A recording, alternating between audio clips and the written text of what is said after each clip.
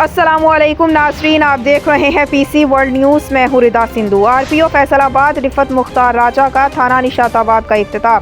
فیصل آباد سے مرزا ہارون کی تفصیلات کے مطابق آر پی او فیصل آباد رفعت مختار راجہ نے تھانہ نشاط آباد کا افتتاح کیا۔ اس موقع پر سی پی O Faisalabad captain retired Muhammad Sohail Chaudhry, S S P operation Muhammad Kashif Aslam, S P admin Mirza Anjum Kamal, S P Madina town Rizwan Tariq, D S P Nishatabad Fayyaz Khan, D S P headquarter Ishtiaq Rasool, P R O 2 سی پی او منیب حسن اور دیگر پولیس افسران نے شرکت کی۔